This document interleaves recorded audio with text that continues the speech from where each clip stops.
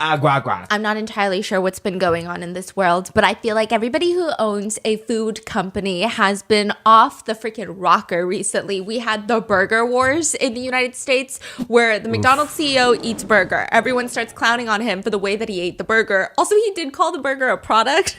I love this product. It's a delicious product. So, like, it was just all sorts of weird. He was acting like a robot. And then all of a sudden, Burger King CEO is like, let me show you how to eat a burger. And then it got to the point where there were too many CEOs trying to show us, the regular people, that they also can eat burgers. And then it just got weird.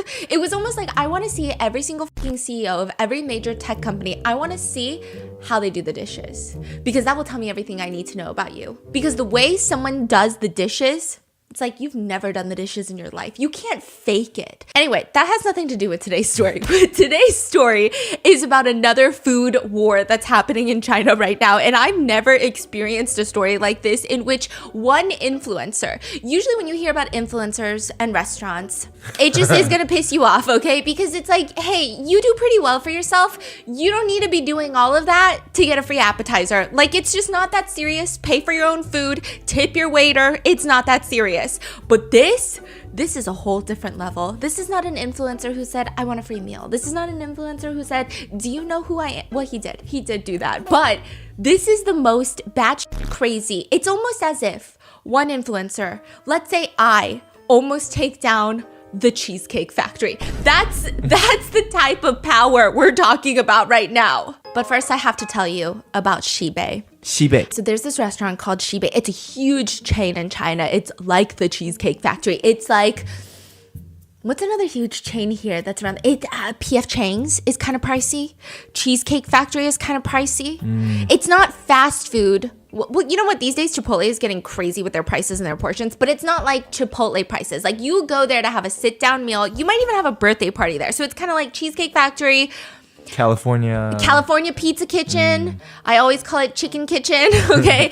It's that level of food. But Xibei doesn't even market towards adults. They market towards the kids. They say, bring your kids in because we have the healthiest kid menu that you've ever seen in a chain restaurant. Here's the thing about Xibei. They say you go to any other freaking restaurant and you look at the kids menu, it's 3 things. It's gonna be like chicken nuggets and fries, butter noodles, and that's about it.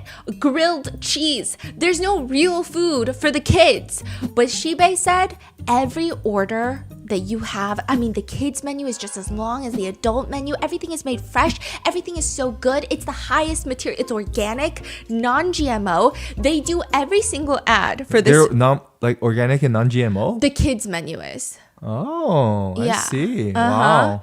So they do a lot of advertisements about this. They'll do family advertisements where the entire family is blindfolded. Do you see where I'm going with this? No. Could you imagine where I'm going with this? No. And they're all holding up their chopsticks in the air. It just says, order with your eyes closed. Every dish is delicious. It's just like every single advertisement. There's this whole advertisement where there's this little girl who's reading the menu at Xibei. And she's like, what does organic mean? And then the waitress is like, I'll show you. Grabs her hand, takes her to the fields. Then she meets another girl who's the daughter of the farmer. And they're like, this is what organic means. We have to look for pests ourselves because we don't use harsh pesticides. And they have a magnifying glass and they see a ladybug. And I'm like, see, that's what would convince me to get into gardening. That's how I tried to get into gardening. And then I saw the real bugs that plants attract and I was like, fuck no, okay? So they're like, we look for the pest.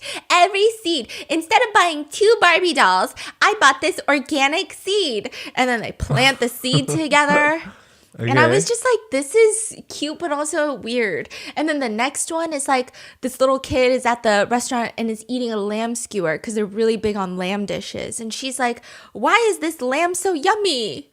And the parents are like, because it's grass-fed lamb. And then it just takes you to see all the lambs. And I was like, why would you do that? Why would you do that?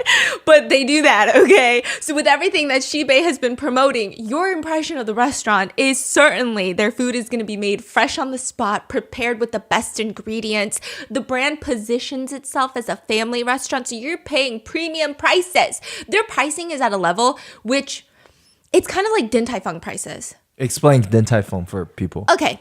Din Tai Fung is a Taiwanese brand of food where you go there. There's locations in California and one in New York. I don't know anywhere else that has one, but you go and you sit down and you say, ooh, you know what? I do want an appetizer. Can I get the cucumber dish? $8, $8 for a fucking cucumber dish. Tiny. But it's Then so the- good though. Then the Stephanie's waiter favorite. comes out. Oh yeah, I didn't I fuck it up, okay? So then the waiter comes out. Pulls up a mukbang video. Stop! Don't remind me, okay? Stop it right now. I think everybody actually knows exactly what restaurant we were talking about. I still cannot walk into a single Din Tai Fung without someone going, I've seen your videos eating Din Tai Fung. And I go, oh.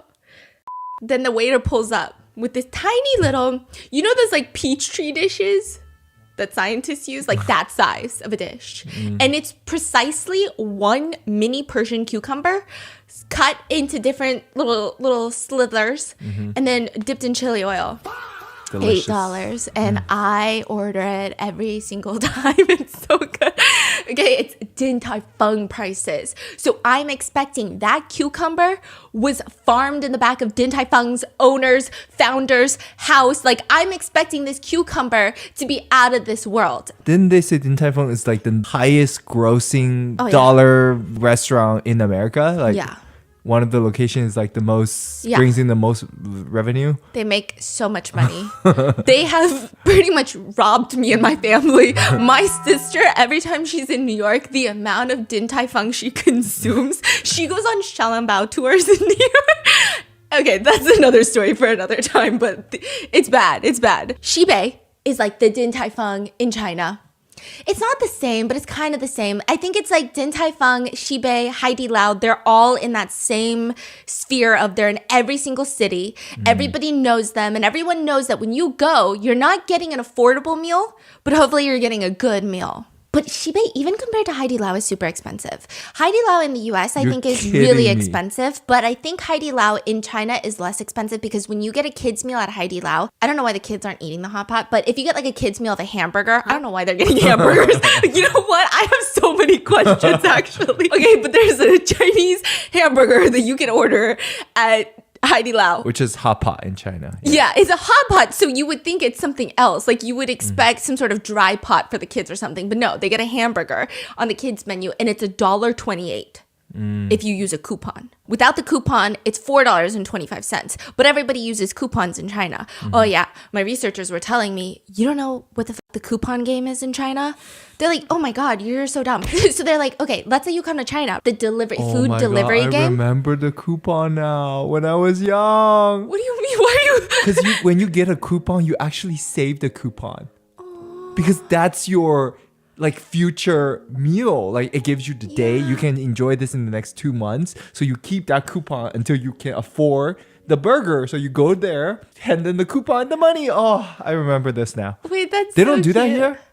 They do, but the coupons in America are kind of ass. It's like when you spend $50, you get 30 cents off. Huh? And I'm like, then I might as well not spend the $50 to get 30 cents off. But my researchers were telling me it's not even just the coupons. Coupons and delivery systems are crazy. So they were saying in China right now, it's been a problem. All the food delivery apps, you know how Uber Eats, Grubhub, DoorDash, they're all a luxury in the US. Like I want to use it for every meal. It's like, oh, okay, like now you're paying for the delivery and tip as you should. You got to tip the drivers. However, in China, I guess the major companies are in such a battle of who's going to take over the delivery space that the deliveries are so quick and they're cheaper than if you were to go to the restaurant yourself. So damn. people will actually do the thing where they get on the delivery app, redeem the coupons inside the restaurant, and then pick it up and take it to go. Oh. Because I see. They'll give see you the discounts. price, yeah, online on the delivery app, and then see it in person, and it's cheaper on the delivery app. Wow. Yeah, so they self-deliver. It's been crazy, okay? Now, Haidi Lao, kids menu, $4.25, $1.28. Xibei, much more expensive. Much more expensive. You're talking about like at least $6 and then easily goes up. And also, just so people know, $6 doesn't sound like a lot, but in China, times 7, Yeah. that's 42. Just imagine spending $42 on a kid's meal. Like Yeah. literally, because that's kind of how much people make, and you know. On a very- child. Exactly. I just have a question for parents out there. If you have a child and let's say you got a piece of of delicious lobster. And the best part is the top part of the lobster. Do you give it to your 2-year-old who doesn't appreciate the taste of lobster? Or do you consume it because that kid doesn't appreciate the taste of lobster yet? Well, maybe when they're 10, they'll appreciate it. Like, Expose yourself. yeah, because I'm so curious about it, because I see my sister and she's like saving all the good parts. And I'm like, hey, so I've met your kids. They're gremlins and they'll eat like sticky rice off the floor. I think you should also enjoy some food once in a while. She's like saving all the pretty parts. I'm like, this is crazy. I've seen the way your kids eat. Okay. No, anyway, their food ranges around like $6 for a kid's meal. And the best comparison that I can give you is there's no comparison. It's just a solid restaurant, mid-range to high-end, and everybody comes and it's a good time. It's the family restaurant brand. And not to mention, when you go into Shibei, they give you an hourglass and they guarantee that all the dishes are going to be served before the hourglass ends. I don't know how much time is in that hourglass, but if it doesn't come in that time, you get your meal for half off. Damn. But September 10th, 2025, there's this influencer by the name of Lo. Now, Lo is a very interesting influencer because he looks like a middle-aged physics teacher. I don't know how else to describe Lo to you. He's got a dad build, he's got a physics teacher build, and he wears glasses, and his hair is like a little bit past the prime all the time. It's like every time you look in the mirror and you go, I should probably shower and wash my hair. That's how his hair is all the time, and I love him for that. He talks just like a physics teacher too. Yes. With no, what is it? No, his cadence is just pure monotone. 那个时候的作文你们也知道，是要今天跟我的学生从小。 But he's top string influencer. Yeah, he is. He's the speed of China. Yeah, he's ISO speed of China, and this is how he looks and this is how he talks. And honestly, I think it's kind of endearing. But he goes on to Twitter, or like Weibo, which is Chinese Twitter, and he posts, "It's been a long time since I last ate at Shibei. After getting off the plane today, I had a meal there with my colleagues, and I realized almost everything was pre-prepared. And it was still so expensive. It's honestly disgusting. I really hope the government pushes legislation soon to require restaurants to clearly indicate whether they use pre-prepared food." Okay, let me give you some context. There is also a war going on in China of pre-prepared food. This is a huge thing in China. So when you go into a restaurant, everyone is expecting you to get the wok flavor. They say that's why you go out to eat. You eat at home because you need it to be affordable and it's good. And sometimes you'll order food because it's cheap, but that you're expecting pre-prepared food. Pre-prepared meaning these restaurants are almost like ghost kitchens. Okay. They have a big distribution center. Yes. Okay, I don't know if I need to explain the food dishes that you eat in China to people because when you go to eat at a restaurant, like it's not sesame chicken, right?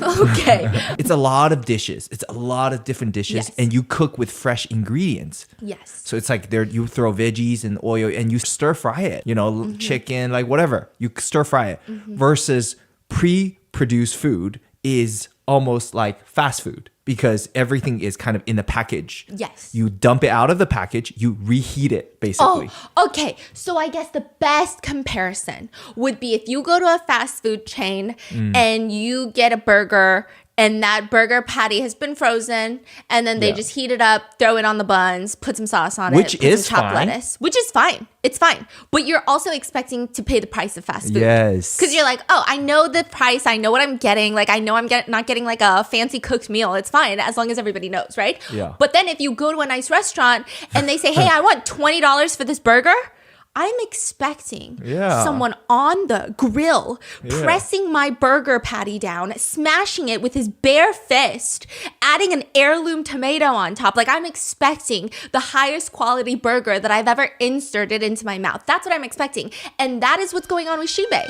Or at least you would assume, until Lo, the influencer, comes around and he says pretty much everything in that restaurant has been pre-prepared. Meaning, if you were to order some sort of delicious broth, well, guess what? It's not delicious because he thinks it comes from the main kitchen, which is outsourced, and then they just heat it up at the store. They microwave it. They microwave that shit. And he's like, what's the difference of me just going to get ready to eat meals from the freezer section of the grocery store and then cooking it at home? It would be a lot cheaper. So he posts this all over Weibo and it starts going viral. And I just need to give you some context on Lo. And I think that Lo's life and career history is one of the most fascinating things that I have ever witnessed, because he is, at the end of the day, someone who fails at everything except being an influencer. I don't know how it worked out, but like he has failed everything else prior to that. Like he was actually considered one of the very first batch of influencers that made it to the spotlight. He's old, by the way. He's like oh yeah, probably 50s. yeah, and he's like the Wang Sutong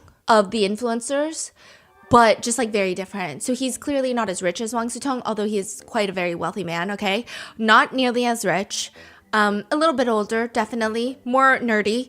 And he's got time. This man has time. So when Wang Sutong goes after other celebrities, he'll do a tweet and then he'll forget about it because he gets very busy buying his dog, I don't know, diamond-crusted watches. And then he'll remember it and then he'll come back to it and do another tweet.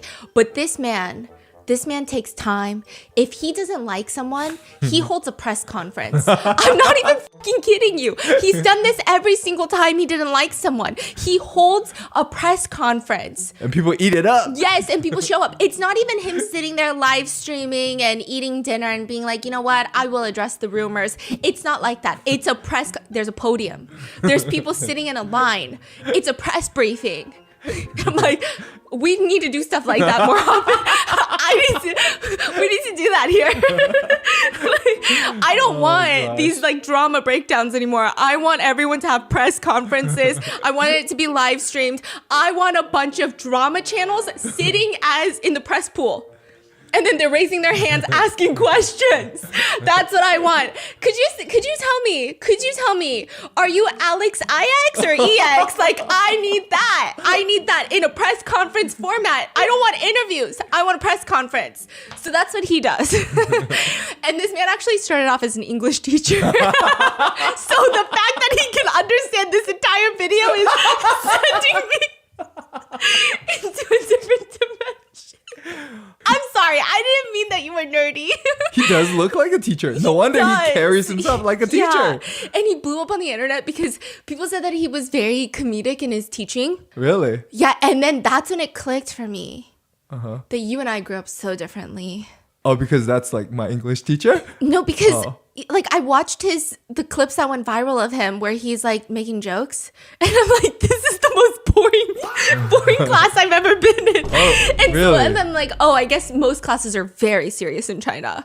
So he has a very laid back style where he likes to tell stories as he teaches, which I feel like is a very common thing in the US. But Yeah. He's like, you know, when you watch those TikTok videos of the stand-up comedians who post their own stand-up sets because nobody else will post them, and like it's good enough that you'll watch it until the end, but you're not like cackling. You're not hearting it. And you're not like sending it to your friends. You're just like, okay. All right. And then you swipe, and then it's a dog, and then you're like, ah! And then you swipe, and it's hockey, and then you're like, computer? You know, like it's just one of those things, and that's him. So the lectures go viral because everyone's like, this guy is so funny. I don't hear a single laugh in the audience, but they're like, this guy is so funny. So then he starts teaching English online, and then he gets listed as one of the top 10 influencers in China in 2005. As a teacher, though. Yeah. Wow. So he's like, I'm gonna leave teaching and really spread my wings. So he creates his own business called Bullog. Blog? Yeah. It's spelled Bullog.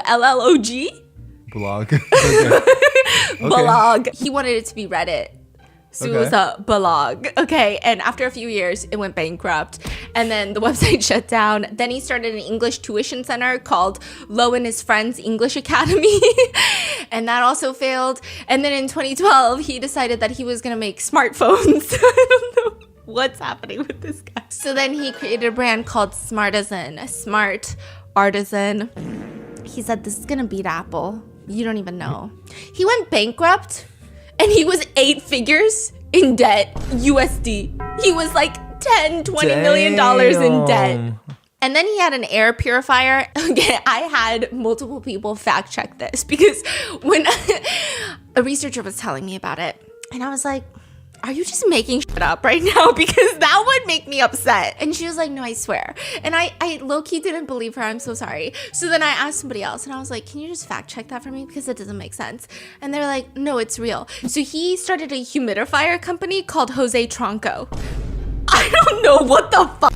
Jose Tronco? Yeah, and he also had a sound system company that he called David and Shelley. Huh? Okay. Yeah. I don't He know. just makes like different electronics. Yeah, but why would he name it David and Shelley? Who are David and Shelley to him? Who's Jose? I think sometimes What? What? sometimes what they would do, Yeah. you make it sound foreign. So that people want to pay for it. So people think it's like a foreign brand.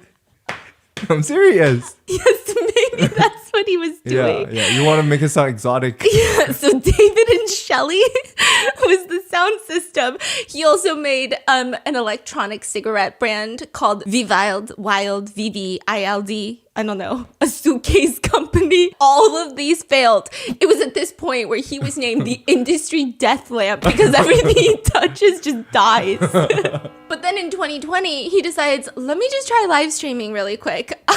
He paid off all his debt through selling on live stream. And then he started a live streaming company where it's called Be Friends Holding Limited. I don't know what his obsession with English is. And then successfully listed it in China.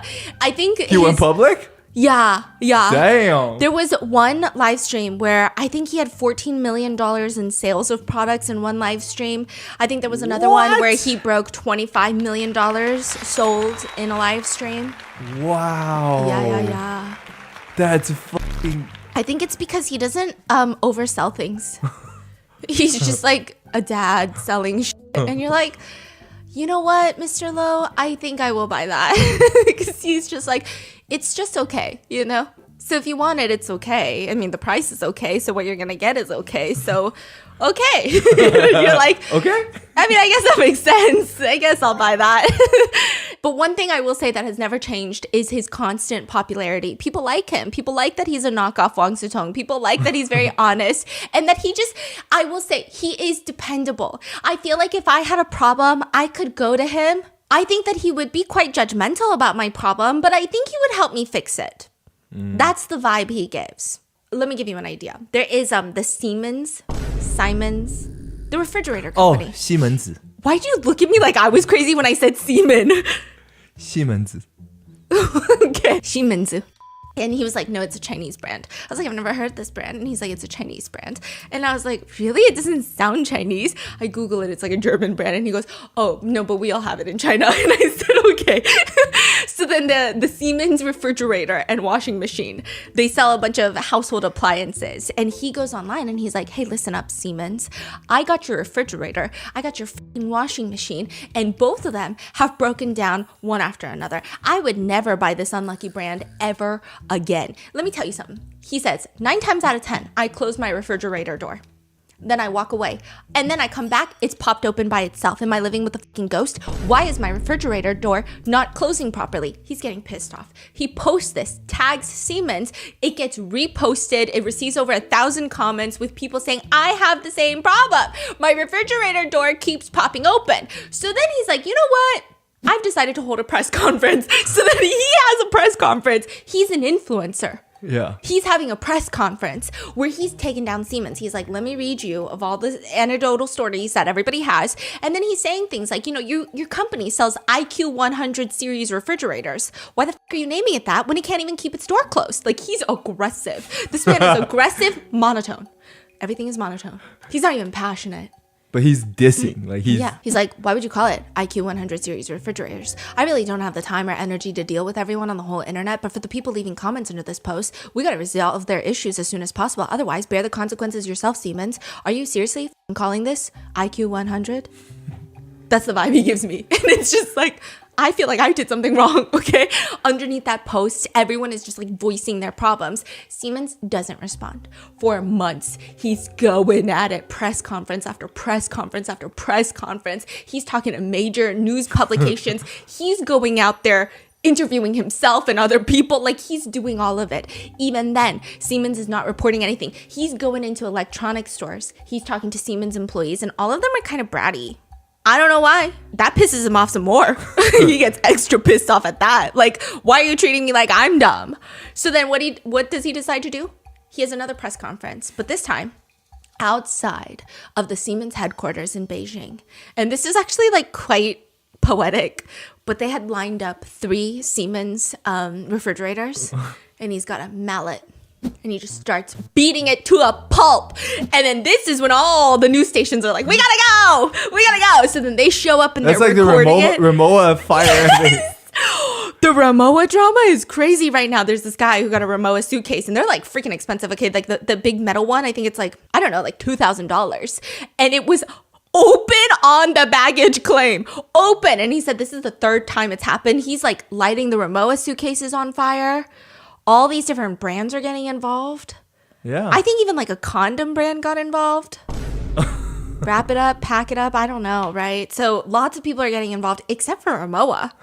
What are they doing? But they even hold up a sign, like a protest. So they beat up the refrigerators, and then they all sit and take like a class photo outside the Siemens headquarters. And it's actually like really sweet. Okay, the sign says, kindly request that Siemens admit their issues and solve the refrigerator door issue. And everyone's just like smiling. So the sheer drama, the sheer bizarreness creates such a buzz online that a few days after smashing the 3 refrigerators, he holds another press conference, and it feels so official. There's like presentations, there's slideshows, there's a mic that he's fidgeting with and it's not working right. He's got a clicker and everything, okay? So he's like, let me show you. From the image above, you can see that this one refrigerator has a white component on the door, while this one does not. That small component is what helps the door close properly. And he explains that these 2 brand new refrigerators he had just purchased, and even offered to show the media the receipts. Clearly, the quality control was off and something had gone wrong because that white part is gone. So the whole point of a refrigerator is to keep the door sealed and maintain a stable temperature. If the fridge can't even keep its door shut well enough to stay cold, then what's the point of a refrigerator? But for months, Siemens did not want to acknowledge this, did not provide us consumers with any sort of solution, and did not offer a formal apology. And everyone's like, trying to put sunglasses on him, you know, in the press conference. Like, people are loving this shit. And so he goes around and he's doing more press conferences until finally the president and the CEO of Siemens China had to issue a formal apology. They had to set up a special hotline and a dedicated Weibo account to assist anyone experiencing issues. They also offered free on-site inspections for those who needed it, and they could install a door closer at no cost. But it wasn't just Siemens. Okay, this guy goes against everybody. Another notable fight was he got into a fight with the CEO of Zealer. Zealer is like a huge tech and lifestyle content platform that was like founded by this guy named Wang. This is back when he had his Smartisan phone. So the Wang guy doesn't like the Smartisan phone, reviewed it, and was like, hey, so it's ass. So then he was like, you know what? I'm going to fly to your city, and we're going to have a press conference debate. So they sit down and do a full debate. They said that this is the closest thing that China has had to a presidential debate. That's what a lot of people were saying. Okay. Yeah, they were saying it was fucking cutthroat. Other media outlets, like Forbes, were even saying this was the closest thing that China had to a presidential debate. That's not me saying that, okay? That was them. And Lo does not come.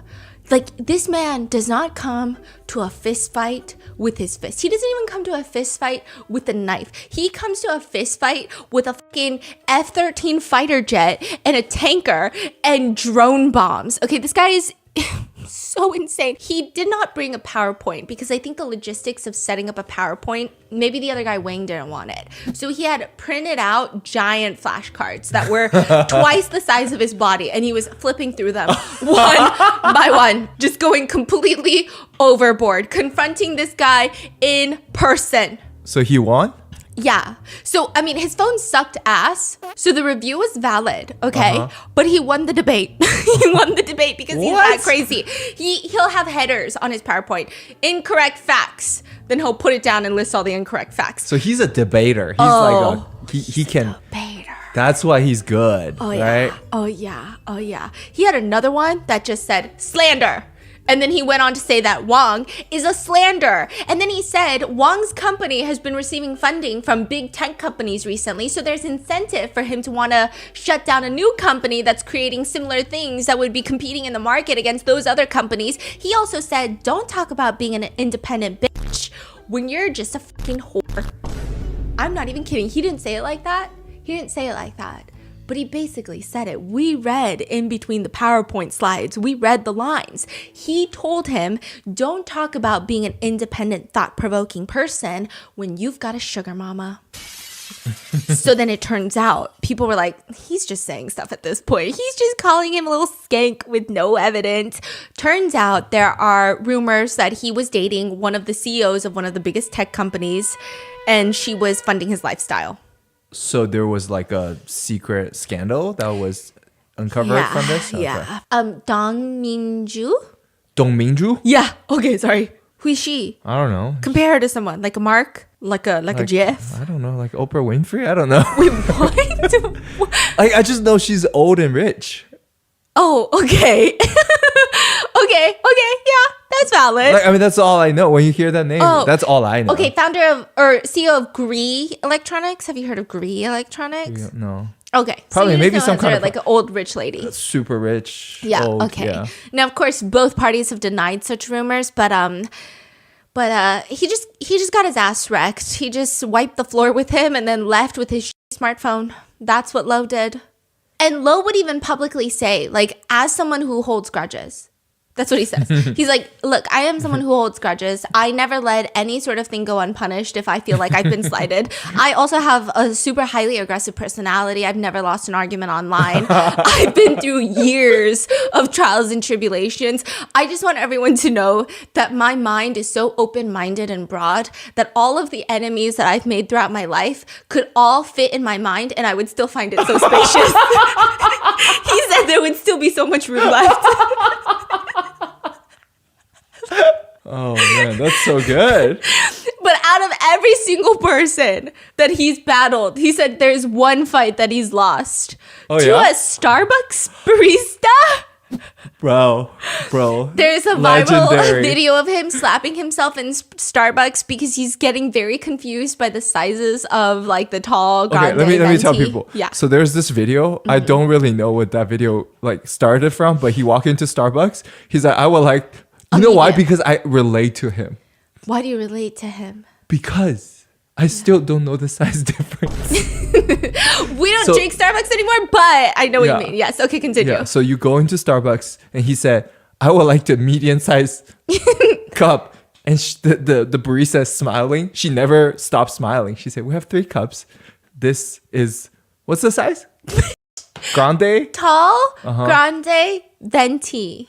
Tall, grande, venti. But in Yeah. Chinese, basically it's like, it starts with medium, large, and extra large. He said, out of these 3, I want the medium one. The middle He's- one. Yeah. She's like, this one is large. This one is medium. He's like, but out of these 3, I want the medium one. She's like, this one is a large. The other one is the medium. So this go back and forth a few more times and he's just start to slap himself. And now people just use the meme of him slapping himself when they're just befuddled by any sort of conversation or behooved or anything is blasphemous. You're using that slapping meme, which, by the way, Starbucks also, everyone needs to chill out. But Starbucks, aside from the news that they've already been in, the CEO recently said, the reason that you're getting a $9 drink from us is for the experience. And everyone said, what the fuck? Where you pay $9 for experience? He said? Yes. And everyone's like, are we talking about the same fucking experience that every American has probably experienced in their lives one too many times and it was not a spectacular experience? That's crazy. Have you seen the library cafes that have been popping up in a lot of cities? I think there's one in Atlanta too now. I know there's a lot in New York, but they have a whole bookshelf of books and you can read them for as long as you're inside the cafe.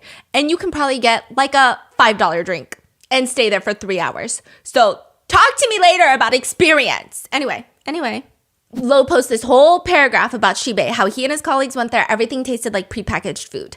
Now, am I a PR person? No. But I think everyone with half a mind would tell Shibei, don't address this. Like, it's not a big deal unless, I mean, do you feel like this is such a big deal that you want to come out and refute this? Like, what's going on, right? Shibei could have just done nothing and nobody would have thought about it twice because it's just an his accusation. complaint is like, I went into this very high-end restaurant, like that I haven't been back for so long. Turns out everything in there, you pay premium price for fast food. But the reason that people didn't think that Shibei should have responded is he didn't even phrase it like that. He was just saying everything tastes like prepackaged food. So it's like, I mean, that's just a subjective opinion. It's not a crazy accusation of like, I went into the kitchen or I saw someone doing something crazy in the back kitchen. It was just like, it tastes like Yeah. and it was expensive and it tastes like ass.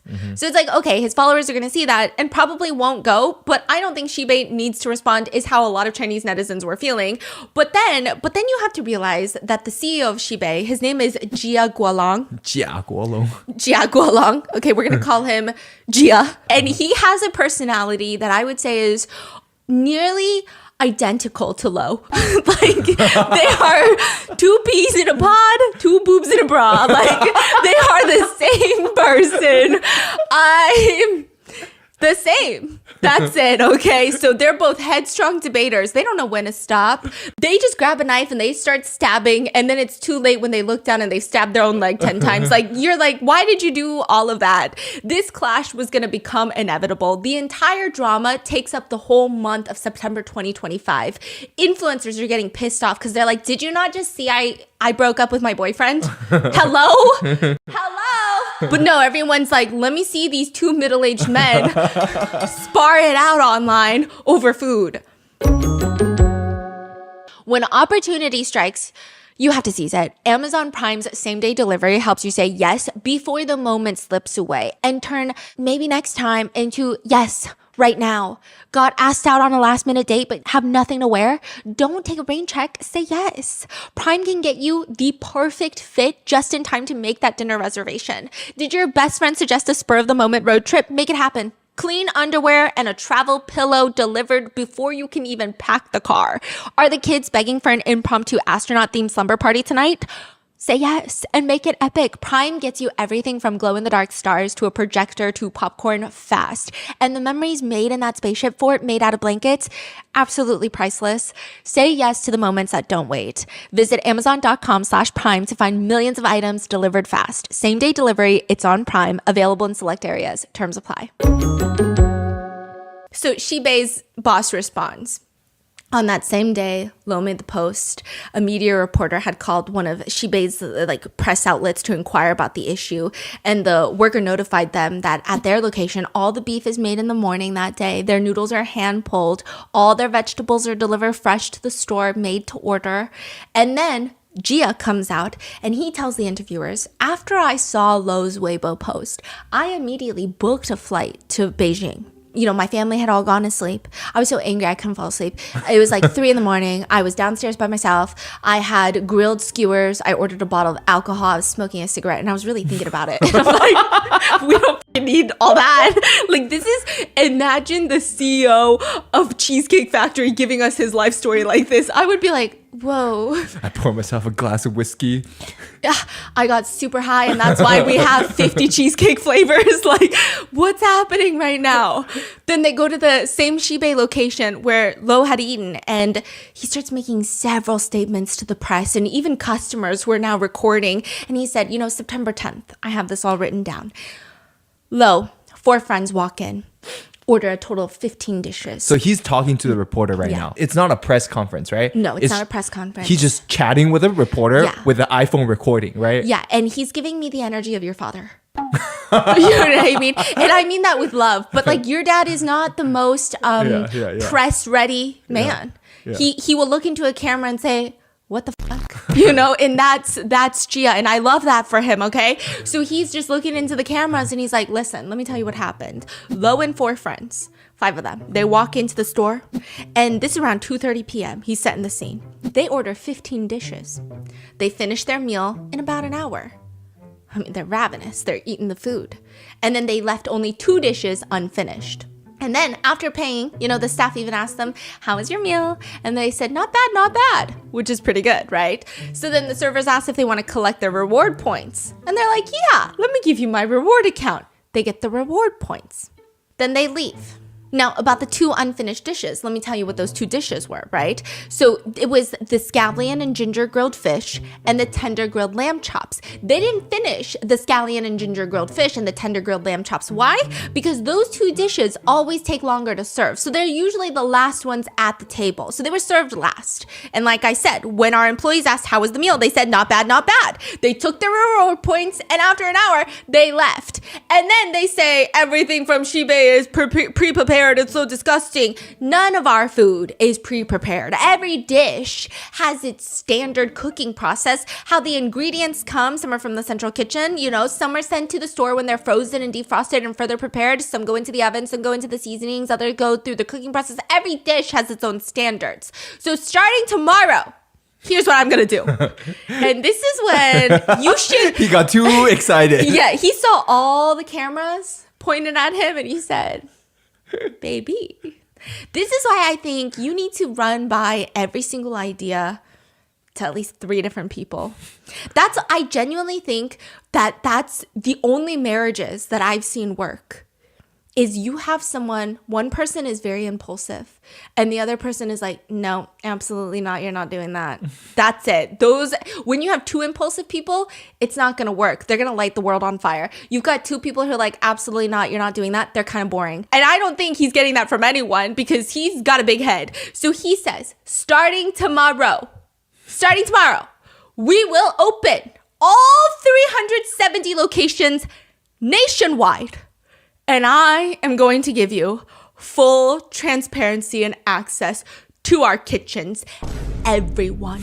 You on the internet who has never washed your hand, who wears shoes that have dog shit caked on the bottom, come into our kitchens and see it for yourself. I don't know how that's sanitarily allowed. Like the health department rolling over in their graves. But he's like, every single person is welcome. That is how we will clear up the issue that we are not having pre-prepared dishes. What are you guys talking about? So look it up yourself. Come. Everyone come. One come, all come. We're all coming together. It's heated rivalry. Heated kitchenry. Heated cook. Heated... You know what's not heated? None of their food, okay? So then people they take that seriously because this blows up on the internet. The next day, every TikTok is like... Yes, every influencer, every TikToker, every live streamer, everyone who doesn't even have a TikTok account makes a TikTok account and they're running to Shibei. They're like, this is the best shit that we've ever seen. Now, none of these chefs that are working in any of these locations are responsible for their boss's actions. And none of them, I will tell you, not a single one of them was prepared. I don't even think there was a company-wide email that was sent out. I think a lot of these people got off their shift, laid in bed to brain rot, and then saw their boss saying that and said, what the fuck are we doing tomorrow? That's what I think happened. They're on Douyin scrolling. So then people start coming into the kitchens. Reporters are coming in. Camera crews are coming in. And there are just multiple videos that go viral within moments of Shibei opening their locations across the nation because you've got a lot of confused chefs. And they mean well. They're so likable, but they're fucking confused. They don't know why you're here. They think they're famous now. So they just start answering questions they don't know the answers to. What? Let me explain. Okay, so one of the first viral moments that comes out is, I know you guys are crazy about your broths. The way that his mom brings over a chicken broth, and she's like, I've been stewing this for the past 48 business days. You drink every last drop. And I go, yes, ma'am. You guys brew this broth for ages. She's like, this is broth from our ancestors. I'm like, yes, ma'am, I'm drinking it. And then the chicken, she's like, you don't even need to eat the chicken in the chicken broth. And I say, but why? It's chicken in the chicken broth. And she goes, the broth has all the nutrients. There are mushrooms I've never seen inside this chicken soup. It's so good. It's so delicious. So then one of the chefs is like, yes, come in, come in. He looks very confused. He also looks like he just got the job. So and everyone's pointing the iPhones at him and he looks starstruck. He doesn't know which camera to look at. So he's kind of doing the thing when you take family pictures and you're like alternating between cameras and talking. So he's looking at the camera and he's like, yeah, so I started the slow cooked chicken broth this morning, and they're like, oh, let me go look. Now, slow cooked chicken broth almost has this like white color because you've been stewing it for so long. It's like all that gelatin, all that collagen. It's like that. That's the amazing part of it. So then they're looking at it, and someone's like, yeah, can you just like go through the soup and show us what's inside? Just fucking broth. So they're like, wait a minute, how do you just have broth? How did you make chicken broth without the chicken? Did you throw away the chicken? Where's the chicken? Right? He's like, no, I add the chicken later. So then they're like, wait, what do you mean you add the chicken later when it's a chicken broth? Because you had to cook the broth using the chicken. That's how you get the chicken broth. And he goes, no. Okay, so I get this plastic bag and it has chicken broth in there. I cut it with scissors and then I put it in there and then I slow cook it. How long does it take you to slow cook that? 6 minutes. So everyone goes, how can you say you slow cooked it when it's only been on the stove for 6 minutes? And then there are so many times where these poor chefs get asked questions by these TikTok influencers and they all just look blank. And they all look like, what the fuck? That's a good point. So then he's just like, they're like, so then where's the chicken? And he's like, oh yeah, let me go get that. So then he brings out another plastic bag. And it says frozen, fully cooked, pre-prepared food on the bag. Pre-prepared food. On the bag. Expiration date in 9 months. So then he's like, this is the chicken. I feel like this boss has never seen how his food is made. Someone liked him. Someone told him something and he took it to heart. Someone said, our food is fresh. No, he just watched the ads for the company. He's like, oh yeah. That lamb right there? Yes. Organic. We brought the lamb alive to the kitchen, actually. So then he was like, the chef is like, no, it's not like prepackaged food. Because they're like, it literally says prepackaged food. And he goes, it's, we call it like a semi-finished product. Semi-finished. Which again, nothing's wrong with this. You just expect to pay cheaper prices. Like you're not expecting to pay $30 to get your broth out of a bag. Okay? That's crazy. I think also their marketing. They Yes. keep saying it's like fresh. Oh, and then he points at a pile of frozen desserts. And someone's like, are these fresh? And he goes, no, it came here frozen. But like they're cooked, and we serve them when they're fresh. And he's like showing all the kitchen stuff. And he's like, so this is the grilled fish, but it's frozen right now. The skewers, we get them pre-marinated. So are they frozen? Yeah. Okay. So he's just like doing a whole tour and it's progressively getting worse and worse and worse. And then they're like, well, how many dishes do you have on the menu? Oh, we serve around like 60 types. How many of them are frozen? Probably a lot of them. Most of them? Yeah, most of them. And then they go to the vegetables. They're like, show me your fresh produce. Because they're all talking about, oh, come bring your kid here. We got the fresh veggies. And then he was like, so this is our broccoli. And it's frozen. Why don't you use fresh vegetables? Oh, because these are organic broccoli.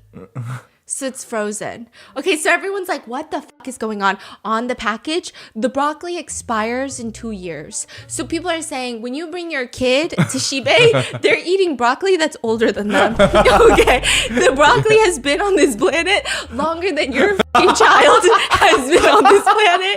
And your child is consuming the broccoli. And again, nothing is wrong with frozen broccoli. Okay, there's actually debates that there might be more nutrition in frozen vegetables these days because they flash freeze them when they're prime. But it's just the fact that they market it and then they charge you $1 bajillion. You're just expecting, a normal human would go in there and expect it to be fresh broccoli, but it's not.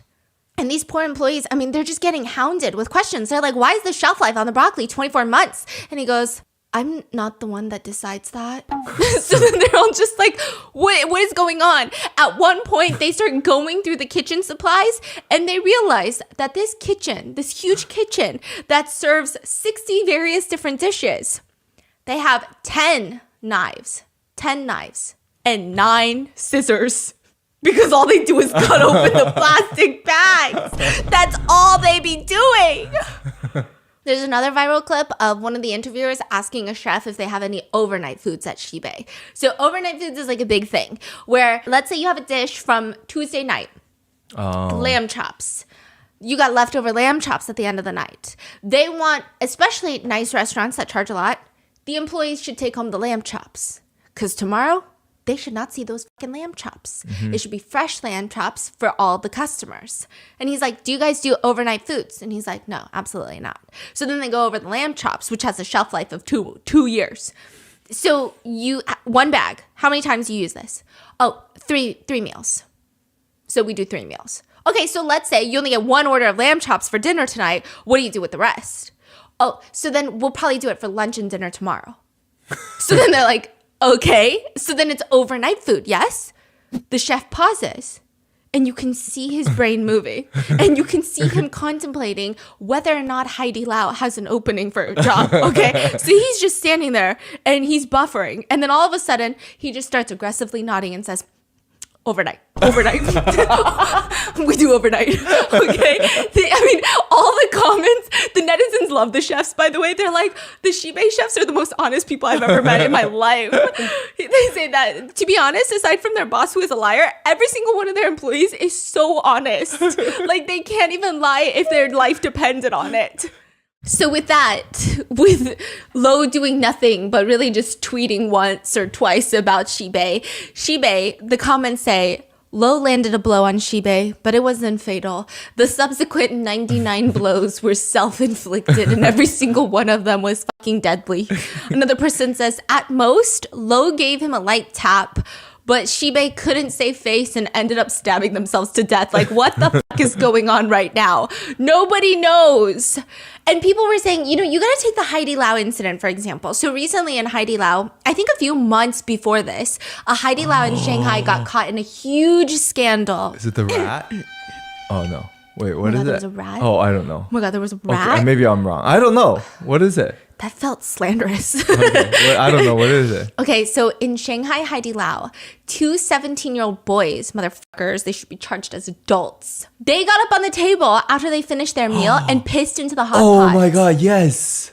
They peed in the hot pot. They urinate into the hot pot on top of the table. I mean, this is nasty. These get reused. They wash the hot pot and then they reuse it. But that's not the restaurant's fault. It's right? not the restaurant's fault, but it could have gone really bad. Heidi Lau, they act quickly. They act super quick. They address all the issues. They don't try to cover it up. They immediately gut the store. People said it was like they're building a brand new store. They got rid of like everything. Store? They got rid of everything to show how serious they were about their hygiene. And then on top of that, if you dined at a Heidi Lau on that day, you're getting 10 times what you paid for food. So if you spent $100, you're getting $1,000 back. Damn. From Heidi Lau. Damn. And everyone, all the netizens, from what went from, oh my gosh, I never want to eat at a Heidi Lau ever again, to why the fuck didn't I eat at Heidi Lau on piss day? I'm so pissed off at myself. Someone said, I'm poor. If someone peed in that pot and I used it right after but got 10 times the compensation, I wouldn't even mind eating it every single day. Someone said, if I had known this, I would have at least sold my house and gone to eat at Heidi Lau that day. Other people said, there are always such big opportunities in the big cities. Okay. Some other people are saying, I spend so much money every time I go to Heidi Lau. I feel like there's no meaning in working anymore when I could have just gotten 10 times back if I had just gone there that day. It's like the lottery system. So they turned this insanely negative thing into a damn, I wish I ate there on piss day. So people are like, Shibei should have done something like that. But instead they didn't. Okay, another similar incident with overnight food. Have you heard of Mixue? Mixue? M-I-X-U-E. How do you pronounce that? Mixue. Mixue. The boba tea? Yeah, they have a location in New York now. Yeah. Oh my gosh. Okay, so they have a bubble tea chain. This was around like World Consumer Rights Day. They became one of the companies that were exposed in this investigative expose, slamming the door open, opening Pandora's box, because they have these 50-cent lemonades, and everyone knows what it is. It's water and lemons. And then they have orange. It's like hand punched orange, they say. So they like, you know how when you make a cocktail, you kind of, I don't know what it's called, muddle them, I don't know. But you kind of smush it around. Yeah. But instead of adding alcohol, they just add water. So it's 50 cents. You're getting hydrated. It's not too sugary. And it's like a nice cold refreshment. It's like spa water, cucumber water, 50 cents. I would pay for that, right? Especially if I'm out and about and a water bottle is more expensive. I'm getting the 50-cent cucumber water. Well, turns out, sometimes they would use the same lemons the next day. The lemons would be left overnight and then they would use it the next day. Okay, that's like the whole, that's the drama. And Serious. it was serious, very serious. Everybody was going crazy over this. Mainstream media is reporting this as if, holy shit, this brand is going to go down. All the comments said, if my lemon water doesn't have lemons that sit out a little, that rest overnight, I don't fucking want it. Why? Because they say, how dare you try to take down our 50-cent fucking waters. And then all the comments said, Mishu, I already had low standards, but I'm lowering it again just for you. That's it. Okay, because the product is so good and so affordable. Yeah. And they don't mind the lemon sits overnight. Okay. Yeah. And then everyone's saying, mainstream media journalists, Mishu uses overnight fruit. Netizens, they use real fruit? Incredible. Let's go more often. People say, you know what? Here's the easiest solve. That's true. Open Mishu 24 hours. Then we won't have overnight fruit and I'll get my lemon water at 3 a.m. People are like, don't come from my Mishu. Okay, easy on my Mishu, which by the way, if you're in New York City, you can go to Mishu and I believe they're having similar prices. I don't think it's American prices. I think you can get like a soft serve ice cream cone for $1. Oh, and I heard that's it's the fucking one. banging. Yes. And Yeah, then yeah, if you yeah. guys have seen this giant snowman character with a smiley face, it's like the really cute snowman on edited as the Statue of Liberty. That was Mishu. Okay. Yeah, because they're coming to New York. Oh yeah. I actually have not seen a Mishu fight in New York though, but people have saw them on the, okay, so their mascot. Mishu fight? Yeah, okay, so their mascot is the Snow King. It's a giant snowman, cute, the most adorable fucking snowman you've ever seen, always smiling, and it's like a big inflatable. So they have mascots at their stores. A lot of people started spotting them in the dirty streets of New York City. One of them was spotted on the train, and so everyone's like, oh my God, That's so smart. why is Mishu on the train? They made their mascot just roam around the city? Yes. Whoa. And it's actually really smart because in China, they have Mishu fights. So it's like a thing in China. I didn't know it's part of the culture. Okay, my culture is not your joke, but it's like it's a thing where every store, a lot of their brands have their own mascots. And these mascots, a lot of the times in touristy areas specifically or high traffic areas, they have a lot of stores. So you'll have like a Mishu, you'll have another boba tea shop, you'll have another fast food chain, right? Like one store away from each other. And they all get their inflatable mascots and they just start fucking fighting on the street. I've never seen anything like this before. And I went down this deep rabbit hole of watching copious amounts of videos. I think I almost became brain dead from these Mishu fights. So this Snow King will go out there and we'll just start going crazy. It'll start singing. It's they have a theme song. It's like, you love me, I love you, Mishu's sweet and lovely, and they'll sing it while they're fighting. One of Mishu's biggest competitors is called Cha Panda. And a panda is their mascot. I know, whoop-de-f***ing-do, we never would have guessed, right? And so on the street, sometimes you'll randomly just see a snowman and a blue panda fighting. And so here's what I was thinking. Okay, I'm like, this is a Saturday event. Because like, why would you do this on a Tuesday? It's a Saturday event when there's a lot of traffic, when there's a lot of people walking by, right? But in every single video, there's only like 3 people walking by. And I'm like, oh, they're doing this for fun. They're dedicated. These mascots. They're paid fighters. Yeah, they're MMA fighters in disguise. They're training for something. How severe is the fight? How dedicated are they? Okay, so when it's 2 inflatables, right? They do lots of bouncing and boom, boom, and then some of them will flip over. Now, it gets really intense to the point where a lot of them will deflate because the fight was so intense. Yeah. And they have backup ones. So They they have change? backup ones that'll come in and do the rest of the fight. What do you And mean? then- They have friends? peers? Yeah, they have multiple Mishu snow. Oh. Yeah, Mishu's got big budget. No, it's like a gang fight. Yes, and Okay. then one of them actually doesn't fight, and one of the snowmen just holds up a Mishu flag as like symbolizing we won. Oh. Yeah, and they just like wave it around. So there's like 3 snowmen. There's this one picture I can't get out of my head. It's like a Mishu snowman standing at the Mishu store, and then the Mishu next to him, another snowman, is just plopped on the ground.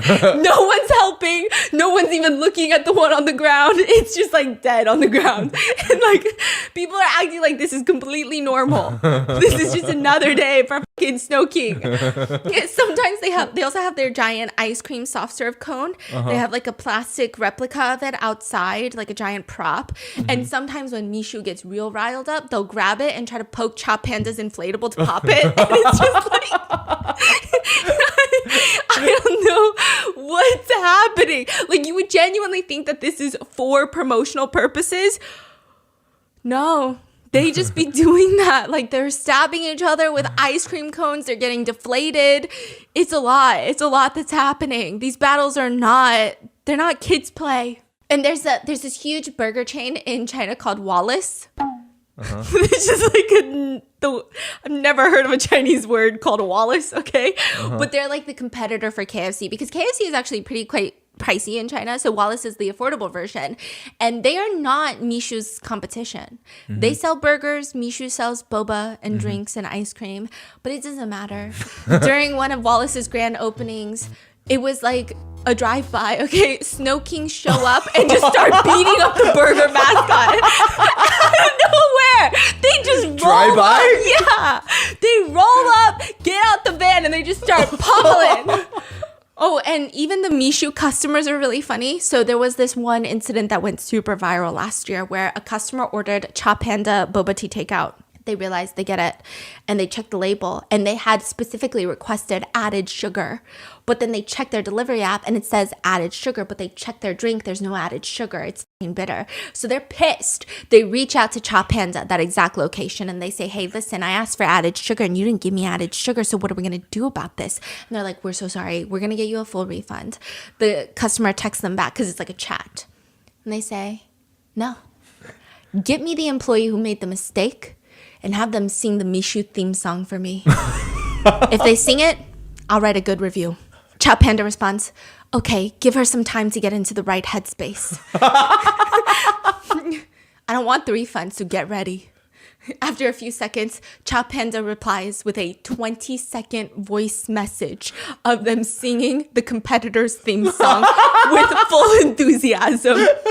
They did the entire song, not the one-line motto, the entire song. Customer said, I forgive you. They respond, thank you, dear. Yo, this is too good. What the fuck is happening Too right now? good. Yeah, their soft serve is only $1.99 in New York, so you should go get it if you're in the city. But they're also just like roaming around. I want to see some mascots fights in the city. I need to see Snow King in action. The only thing I can think of is Jollibee. That's the only thing I have. And because it's been going so viral in New York, everyone's been talking about it. Everyone's like, fuck Starbucks, fuck all these expensive matcha brands, go to Mishu. And everyone is posting the Statue of Liberty with Snow King. And all the New Yorkers are saying, one day this place will be yours. Everyone's obsessed. How did we get here? Oh, yeah. That's how Shibei should have done it. That's what I was trying to say. Yeah, just get that mascot and just like, bap, bap. Exactly, but they don't. They open up their kitchens and now look at the shit that you've caused. Look at this mess that you have caused. So this goes on back and forth for the entirety of September and into October. And at this point, Shibei is losing $600 million of revenue. Like, they're losing so much money. Their stores are becoming empty to the point where finally they apologize and they make a whole list of all the things that they're going to fix in the store. They're going to stop using GMO seed oils for all the adults' food since they don't use it for the kids' food. They're going to lower prices by like 20%. They start doing these crazy promotional coupons and they start doing the most cringe PR. So usually when things settle down, people were expecting Shibei would just try to bolster the image that they're using healthy foods again and like try to provide evidence, try to provide proof of it. They did do this thing where they installed security cameras in the kitchen, and then that security feed is depicted to the customers that are sitting in the restaurant. So you can see what's going on in the kitchen, and they're switching up the cooking processes. Whoa. Look, like they are doing a lot, but they're also doing a lot of cringe PR moves to try and save their reputation. So they post this entire story of a Shibei employee, and she's sitting there and she's like, this is the story of 7-year-old Mao Mao. Mao Mao means hair, right? Yeah. Okay, so she's like saying that there was this mother who had seen all the recent news of Shibei and told her son that they're never going to eat at Shibei anymore. And this entire story is so dramatic. The waiter is like, the moment the 7-year-old Mao Mao walked into the shop, he rushed straight towards the manager, wrapped his arms around her legs, and burst into tears. And Mao Mao's sudden actions left Fang Fang, the manager, in just frozen in place. Like, what on earth is going on? Are you okay, child? And he's explaining, my mom recently saw discussions online and casually said to the family, maybe we shouldn't take the kids to Shibei this Sunday like we do every Sunday. It was just a little thing that his mom threw out, but Mao Mao overheard it. He started crying, throwing a tantrum, insisting on going to Shibei, even when his mom tried to distract him, like, I'll take you to grandma's instead, or I'll take you to buy a toy instead. Instead, he resisted all temptations, and he was determined to have his Shibei kids' meal. That was his promise with Shibei. So Mao Mao's mother realized that her child had been eating Shibei since he was 2 years old. And in the past 5 years, there had never been any food safety issues. She shouldn't let some online discussion undermine that trust. That 5-year journey from ages 2 to 7 was no longer just about eating. It had become a habit in her child's growth and a reflection of her parents' trust in Shibei. What warmed our manager, Fang Fang, is not just the love from customers, but also the love from Shibei itself.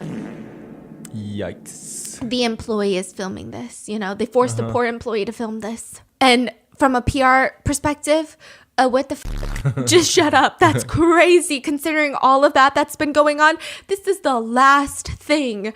And people said, everyone thought that Shibei had already taken off all their clothes and there was nothing left to see, but they bent over, spread their ass cheeks open and said, let me show you Mao Mao, which means let me show you my butt hair. Oh, shit. And people are saying this because no one thinks 7-year-old Mao Mao exists. So they're not like dogging on a kid. They didn't show a kid, it's just a story of a hypothetical kid that nobody thinks exists. Everyone's like, this story definitely didn't happen. And then people started doing these photoshopped images of a kid hugging a Shibei employee, and the caption is, it's okay, Mao Mao. I will freeze it for you and you can eat it when you get older. So right off the bat, this story already sounds fake, but then netizens start nitpicking it and they're all questioning like all the random details. So the employee is like, oh yeah, I've known Mao Mao and he's in kindergarten now. And all the comments are like, that kid is 7 and in kindergarten? I don't know how ages work. But all the Chinese netizens are like, 7 and in kindergarten? The Shibei food got to him. He's not learning, okay? People are saying like, what is happening? That's why you can't feed them Shibei.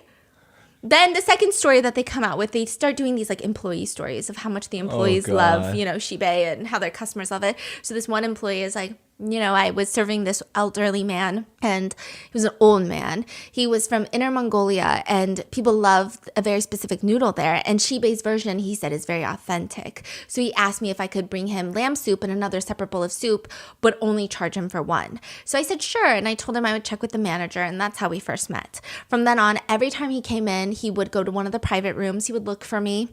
And everyone's like, this is starting to sound like a grooming type of situation, but okay. I served him from 2002 to 2004. And one day he called me and said that he's staying at a retirement home now. Whenever he came to get takeout, I would just pack him a week's worth of food and write down the menu from Monday through Sunday. And I don't know which part touched him, but I guess our sincerity at Shibei really mattered to him. And then he told me that he had this 1-bedroom property and wanted to gift it to me. I was only 17 at the time. I was so shocked. I didn't know what to 17 at the time? Yeah. Yeah. What in the world? I didn't know what to say and I politely refused. Later, she started working when she was 15? Everyone said, wait a fucking minute. Is Shibei admitting to child abuse? Yeah. Like child labor laws being broken? What? Who wrote that? Yeah, and she said, later he moved to the retirement home and we stopped contacting each other. But I still think the sincerity we have at Shibei is really special. And everyone Okay. said, okay, well, first of all, this is clearly a made up story. But second of all, even if it were a remotely true story, like you were getting groomed. You were getting groomed. And your bosses are telling you that this is a cute story. You were getting groomed. You were 17. And also they're like, wait, let me analyze this. This man walks in. He said, let me get 2 bowls of soup and I want you to charge me for 1. Yes. And yet he wants to gift you his house? What?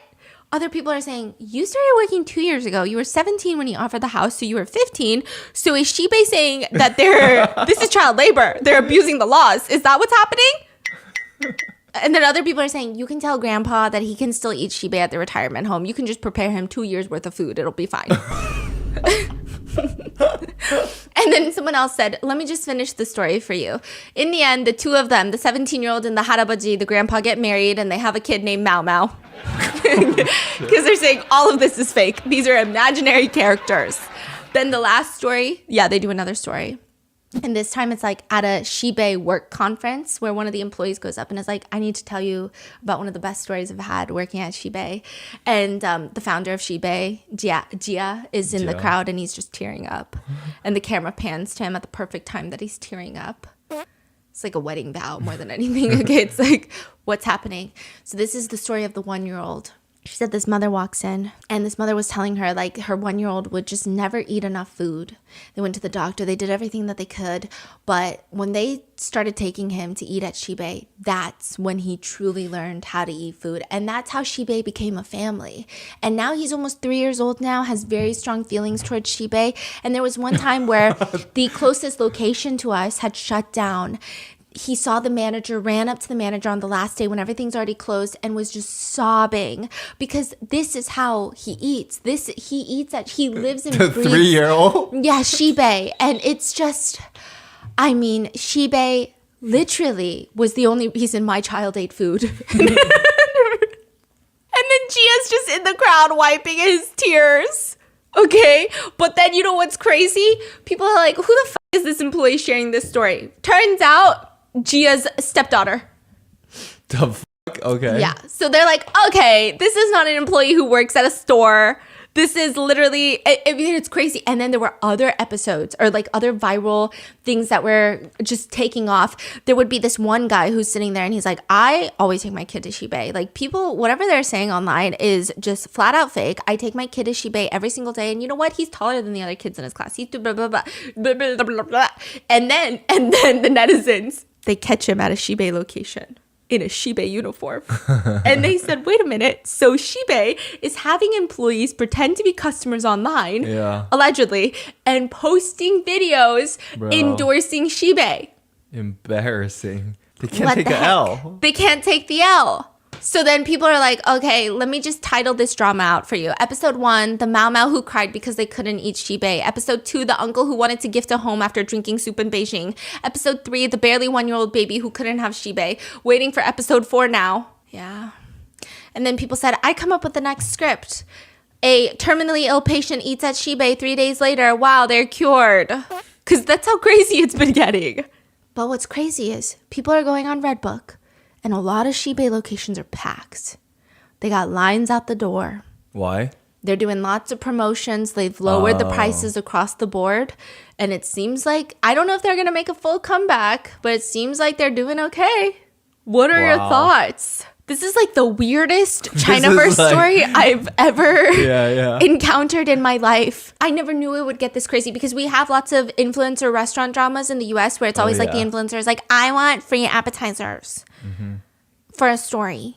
And then it's like, okay, that's crazy. But this is crazy. This is, wow. I thought it would be more on the lines of that. But this is a $600 million call out by an influencer and an even crazier food chain owner. What are your thoughts? Leave it in the comments and I'll see you in the next one.